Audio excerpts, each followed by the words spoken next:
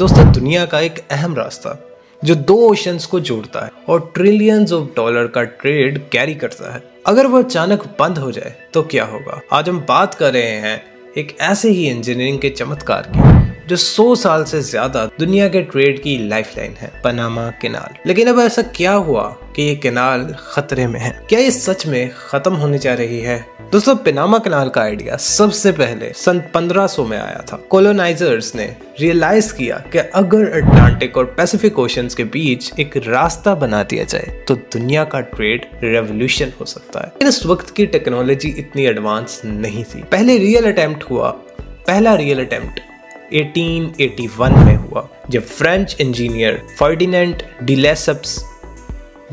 Lesseps ने canal बनाने का प्रोजेक्ट स्टार्ट किया। वही बंदा जिसने सुएज कैनाल बनाया था। लेकिन पनामा की टेरेन, थिक जंगल्स और ट्रॉपिकल डिजीजेस ने प्रोजेक्ट को तबाह कर दिया। मलेरिया और येलो फीवर्स ने हजारों की तादाद में वर्कर्स की जान ले ली। इंफ्रास्ट्रक्चर कोलैप्स हो गया और 1889 तक फ्रेंच कंपनी बैंकरप्ट हो गई। इसके बाद दोस्तों एंट्री होती है अमेरिका की। अमेरिका ने अपना इंटरेस्ट दिखाया, लेकिन प्रॉब्लम ये थी कि पनामा उस वक्त कोलंबिया का पार्ट था। तो यूएसए ने 1903 में पनामा की इंडिपेंडेंस को सीक्रेटली सपोर्ट किया। फिर एक ट्रीटी के जरिए कैनाल जोन का कंट्रोल ले लिया।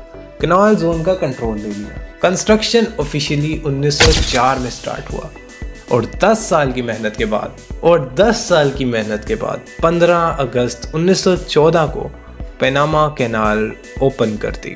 इस प्रोजेक्ट में लगभग 75,000 वर्कर्स ने काम किया, मगर 25,000 से ज्यादा लोग कंस्ट्रक्शन के दौरान मारे। मोस्टली ये सब बीमारियों या एक्सीडेंट्स की वजह से। ये दुनिया का सबसे कॉम्प्लेक्स और डेंजरस इंफ्रास्ट्रक्चर प्रोजेक्ट था उस वक्त। दोस्तों पनामा कैनाल ने दुनिया के ट्रेड सिस्टम को हमेशा के लिए बदल दिया। अटलांटिक से पैसिफिक तक शिप्स को 8,000 नॉटिकल माइल्स कम ट्रैवल करना पड़ता था।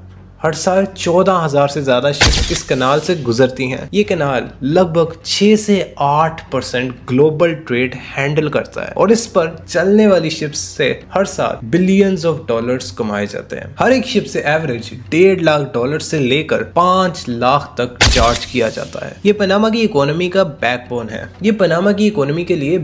है। इस कैनाल की वजह से यूएसए, चाइना, जापान और यूरोप की सप्लाई चेन्स एफिशिएंट बनी है। पनामा कैनाल का डिजाइन भी कम इंटरेस्टिंग नहीं है। ये एक लॉक बेस्ड कैनाल है जिसमें शिप्स का फ्रेश वाटर लॉक्स के जरिए ऊपर उठाया जाता है और फिर नीचे लाया जाता है। ये लॉक्स हर शिप के लिए 40 से 50 मिलियन गैलन्स तक फ्रेश वाटर यूज करती हैं, जो नियर बाय लेक से लिया जाता है, जैसे लेक गॉटन। लेकिन इसी सिस्टम की वजह से ये कैनाल का फ्यूचर अब खतरे में है।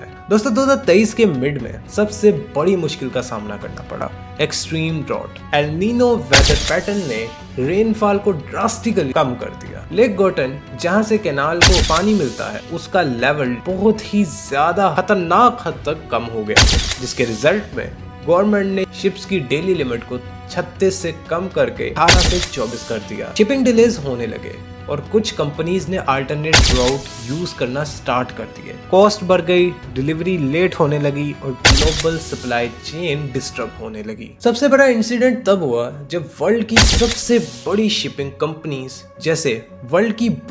कंपनीज जैसे मार्स और एवरग्रीन ने पनामा कैनाल यूज करना टेम्परेरी बंद कर दिया। इसकी वजह कुछ पोर्ट्स पे कंटेनर्स कई हफ्तों तक खड़े रहे। ऑयल, फूड, इलेक्ट्रॉनिक्स सबके रेट बढ़ने लगे। दुनिया को एक बार फिर याद दिला दिया गया कि एक छोटी सी जगह भी पूरी ग्लोबल इकोनॉमी को हिला सकती है। अब सवाल ये पैदा होता है कि इस चीज का कोई हकीकत में हल भी है या हम सिर्फ सपने देख सकते हैं। दोस्तों पनामा कैनाल अथॉरिटी ने कुछ सॉल्यूशंस पर काम स्टार्ट कर दिया है। नए वाटर सेविंग लॉक्स डिजाइन किए जा रहे हैं, रेन वाटर हार्वेस्टिंग सिस्टम बन रहे हैं, एडिशनल रिजर्वर्स के प्लान बनाया जा रहा है। लेकिन ये सब फ्यूचरिस्टिक प्लान्स हैं और क्लाइमेट चेंज हर साल अनप्रिडिक्टेबल होता जा रहा है। क्या सॉल्यूशंस काफी होंगे? ये अभी भी एक सवाल है, क्योंकि कोई नहीं जानता कि आने वाले वक्त में क्या होने वाला है। लेकिन दोस्तों आपको क्या लगता है, क्या पनामा कैनाल का फ्यूचर सेफ होगा या नहीं? कमेंट्स में जरूर बताइएगा। दोस्तों पनामा कैनाल की कहानी सिर्फ एक इंजीनियरिंग मार्वल की कहानी नहीं है, ये एक वेकअप कॉल है, एक रिमाइंडर है कि चाहे कितनी भी बड़ी टेक्नोलॉजी बना ले, अगर हमने नेचर को नजरअंदाज किया तो अंजाम बहुत भारी हो सकता है। ये कैनाल जो एक वक्त में डेवलपमेंट का सिंबल था, आज सर्वाइवर के लिए लड़ रहा है। और ये सिर्फ पनामा का प्रॉब्लम नहीं है, ये हम सब का प्रॉब्लम है। अगर पनामा कैनाल बंद होती है तो उसका असर सिर्फ शिपिंग इंडस्ट्री पे नहीं होगा, बल्कि food prices, fuel cost, electronic medicine, हर चीज पे होगा। और ये सिर्फ शुरुआत है। आज पनामा है और कल कहीं और हो सकता है। हम अक्सर सोचते हैं कि क्लाइमेट चेंज कोई फ्यूचर का मसला है, लेकिन सच ये है कि वो ऑलरेडी हमारे दरवाजे पर खड़ा है। ये ड्रॉट, ये शॉर्टेज, ये इकोनॉमिक डिस्ट्रप्शन सब रियल है। और अगर हमने अब भी एक्शन ना लिया तो सिर्फ पनामा कैनाल नहीं, दुनिया के बहुत से और लाइफलाइंस भी खत्म हो सकती हैं। सोचो, अगर इंसान 100 साल पहले इस कैनाल को बनाने के लिए इतना रिस्क ले सकता है, तो आज हम क्लाइमेट को बचाने के लिए क्या कर रहे हैं? पनामा कैनाल एक सिंबल है प्रोग्रेस का, सेक्रीफाइस का और अब वार्निंग का। इस कहानी का एंड हमारे हाथों में है। आपका क्या कहना है? क्या हम नेचर के साथ चलने सीख सकते हैं, या हम हर दफ़ा हर चीज़ को इंजीनियरिंग से फिक्स करने की कोशिश करते रहेंगे जब तक सब कुछ ख़त्म ना हो जाए? अगर आपको ये वीडियो इन्फॉर्मेटिव लगी होगी तो वीडियो को लाइक कीजिए, चैनल को सब्सक्राइब कीजिए और बेल आइकन की नोटिफिकेशन पे दबाना मत भूलिएगा, ताकि लेटेस्ट आने वाली वीडियोस की नोटिफिकेशन सबसे पहले आप तक आते रहेंगे।